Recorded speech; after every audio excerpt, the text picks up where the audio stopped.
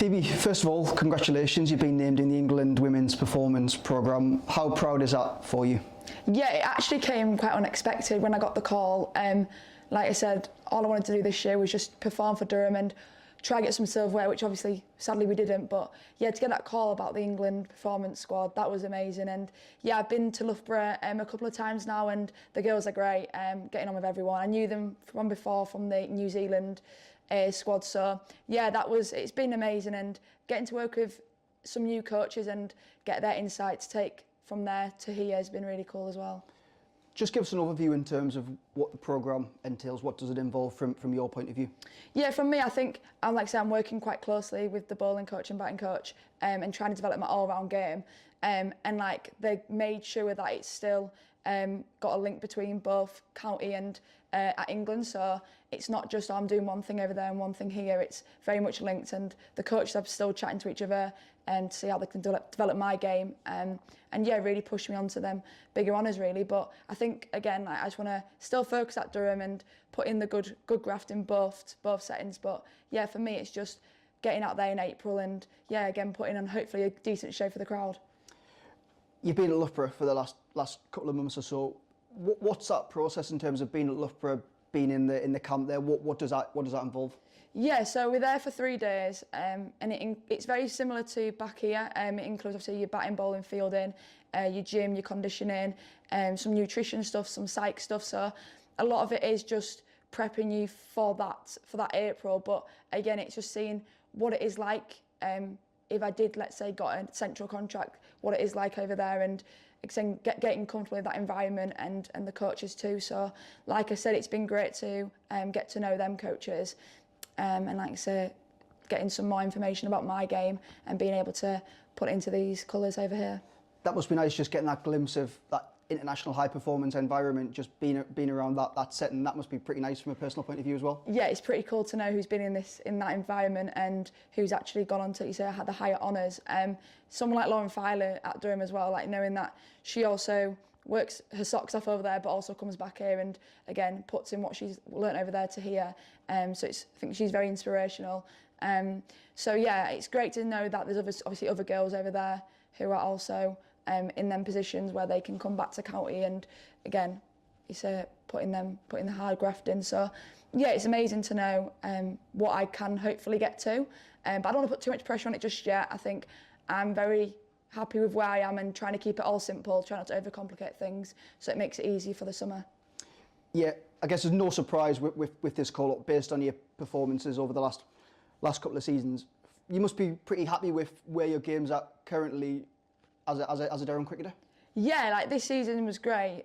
Personally, I think obviously I wish I got a few more runs with the bat, and I can also say I wish I got a few more wickets. So I think you're always striving for the improvements. But I think overall in the first year of Durham, being a new Tier 1 side with a new professional era, I think we're all just getting our feet together, and I think we want to push that silverware next year. And I think for me, it's getting that silverware for the Durham. I think I want to hopefully get the backing of all the team together and we can really strive for next year. You played a couple of games last summer for the England women's development side. You've probably seen, but there's a game here, Chesterley Street against New Zealand ahead of that Metrobank 50 over series in the summer. How nice would that be to put the England development kit on and play here against New Zealand in the summer? To be completely honest, I didn't realise there was even a game. But yeah, that would be pretty cool, eh? But yeah, like I said, I want to try to keep my game really simple, and if them honours come, it comes. I'm just trying not to put too much pressure on it. If I can just keep it simple like I did last year, then who knows what may come. But I think, yeah, just like I said, trying to keep my head clear on what I want to try to achieve is the ultimate goal for me. You touched on your first season with Durham a couple of minutes ago, Phoebe, but from a personal point of view, year one as a T1 side, new era for Durham. From a personal point of view, how would you reflect on how you went as a Durham cricketer? Yeah, look, I think my bowling's really come on this year. Having Rimo as our bowling coach, I think I've really took into him really well, and I think we've worked really well together, and you know, I understand what he's wanting from me, and I think he's understanding what I'm wanting from him too. So we've worked really well together, and like I said, I've loved having him as a coach, and I think that's why I've made probably bigger strides than I have my batting, and trying to be that one with the ball. How can I be the one to take the next wicket and take them game-changing opportunities. So I think with the ball, definitely I've come on quite a bit, and hopefully this season coming up with batting, I can get them a few more runs and cash in a bit more. But yeah, again, it's just trying to develop my all-round game, really. In terms of the One Day Cup, you were the leading seamer in the country, just 1 wicket behind Georgia Davis as the overall leading wicket taker. That's back-to-back summers for you. You've passed 23 wickets. That must make you really happy with where your game's at from a bowling perspective.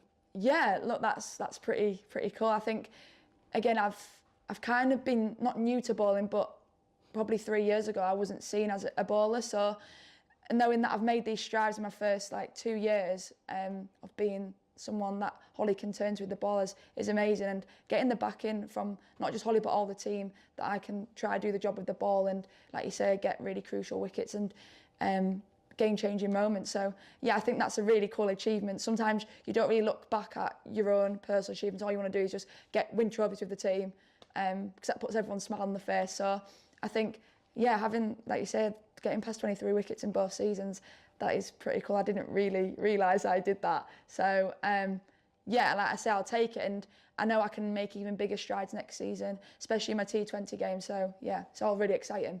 Yeah, touching on your T20, the 50 over game is where you've really excelled. Yeah. Where would you say your T20 game is at currently, moving into next season and beyond? Yeah, T20, like you say, is a bit of a more fast-paced game. 50 over, you get more thinking time of what you want to do, whereas T20, you've got to know basically straight away, because there's like a time limit and it's quite quick. If it's gone before, you know. So I think T20 is something that I want to strive in, and I think I can really make some big improvements, like I say, here and also with the England stuff. And like I say, having different voices that will make a positive input in my game is really key for me. So yeah.